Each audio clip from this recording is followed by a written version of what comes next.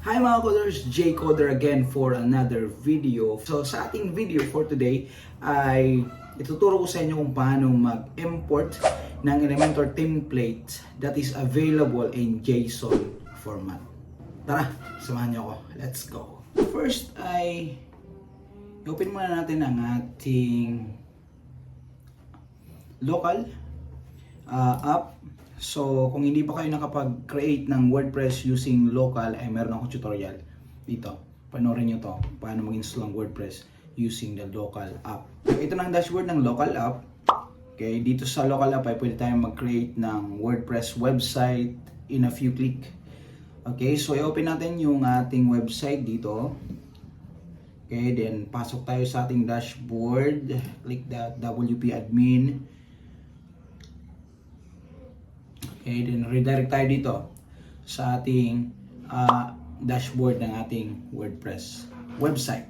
Okay, then after that ay pumunta tayo sa plugin, then install natin itong Elementor plugin, page builder na Elementor. Okay, so after that ay ready na tayo to import our Elementor template na nasa JSON format. Next natin gagawin ay punta tayo dito sa website na ito. So dito ako kumuha ng template. So this website is free website na nag-offer ng mga Elementor templates in a JSON file or JSON format. So konti lang naman yung kanilang mga team dito or yung mga template nila dito, pero maganda na rin. Then for exercises or sabihin natin for practice, pwede mo rin magamit siya as starter ng WordPress template. Okay, so by the way, same lang naman yung process nito. Halimbawa mayroon kayong nag-research kayo ng mga Elementor templates na nasa JSON format, same process lang dito. Kahit hindi ka dito kumuha sa site na ito or sa ibang website, basta JSON format ng Elementor template ay same process lang. Okay, so pinili ko dito is this one.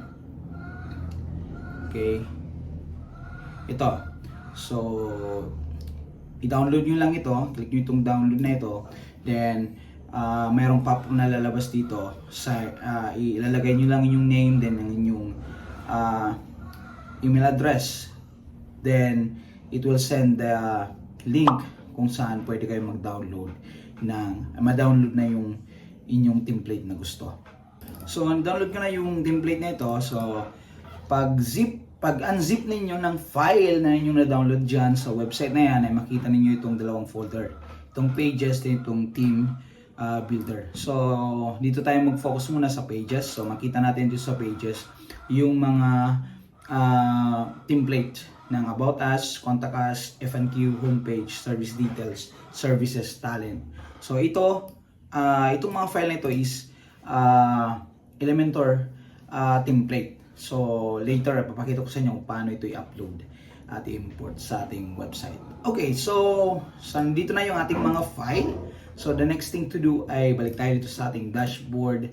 Then punta tayo dito sa ating pages. So i-create natin ngayon yung mga pages na yon. Okay, so for example, nakapag-create na ako ng homepage dito. So i-click ko na lang ito, homepage, then edit with Elementor. Okay, then pupunta tayo sa ating Elementor editor. Then pagdating natin dito, so hindi tayo mag-create dito ng element. So ang gagawin natin is click natin itong folder icon. Okay, pagkatapos ay makikita natin itong upload na icon, to import template. So click that one, then mapunta tayo dito sa area na ito na kung saan ay pwede nating i-drag and drop yung ating JSON file or zip template file. Okay, so pwede natin i-drag dyan ang ating homepage. So punta tayo dito sa homepage. So ang homepage ito, so i-drag natin dyan.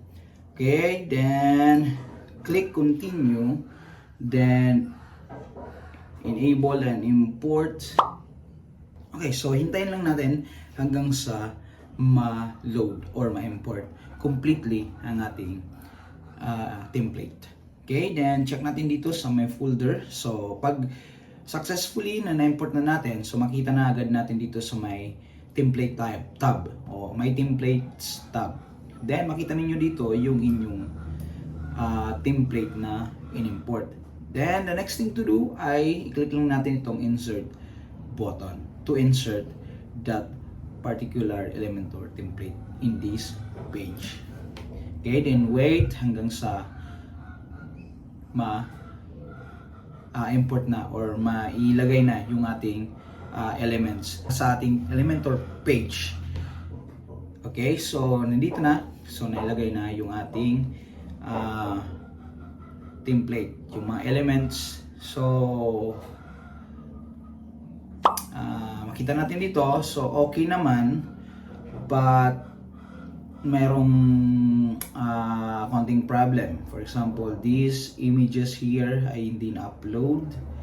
Tapos the template is using the pro version of testimonials. So ito ay problem to. So pwede natin i-delete to. Okay? Then siguro ito ay update na lang natin mamaya. Okay, so yan yung process ng pag-import. Pagkatapos mong insert yon, ang next mong gagawin is update this page. Okay, then i-visit natin to check the page. Okay, so view page natin. Okay, so dito makikita na natin yung actual template na ating in-import. Okay, so yan. Okay, so next thing to do ay same process lang. So babalik tayo sa ating editor. Okay, balik tayo sa ating pages.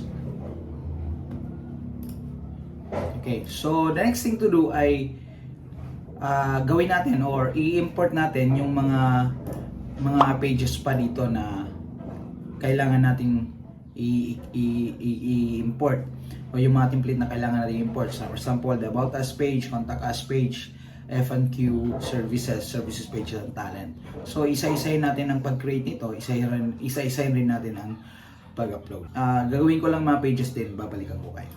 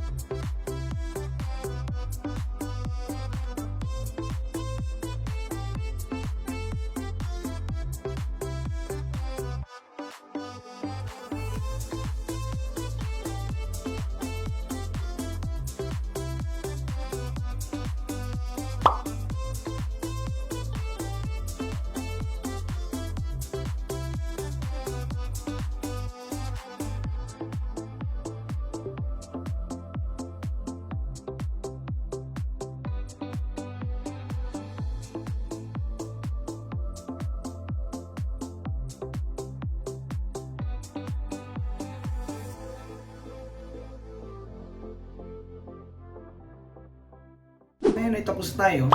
So na-create na natin ang mga pages, then i-import na rin natin yung mga templates or yung mga Elementor template in a JSON format sa ating mga pages.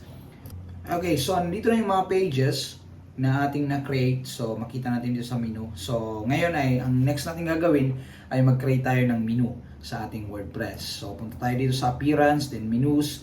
Then dito sa may menus area ay maglagay tayo ng menu name natin. So gawin natin itong main menu, then create menu.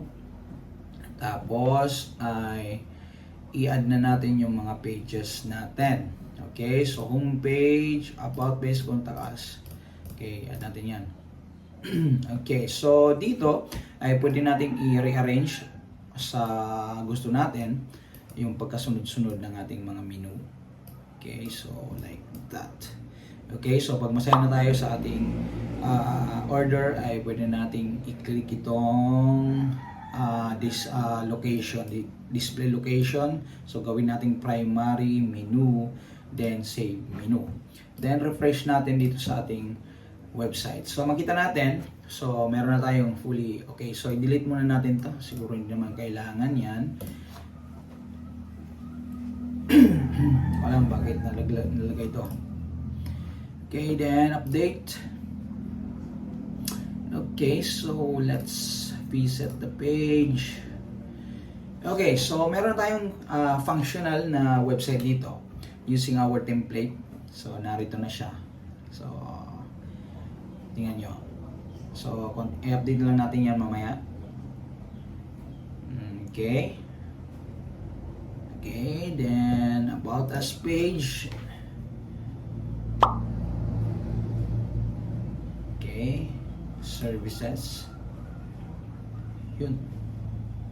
Okay, yung mga images dito na iba ay hindi na add. So add na lang natin yan later. So F&Q. So makita natin. So functional yan. Okay. Good job. Then talents. Okay, then contact us.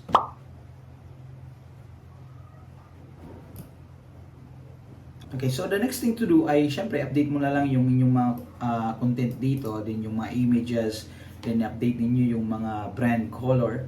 At pagkatapos nun, so meron ka ng fully functional WordPress website. So I hope makatulong, makashare naman at paki-subscribe na rin sa aking YouTube channel. So maraming salamat at magandang araw.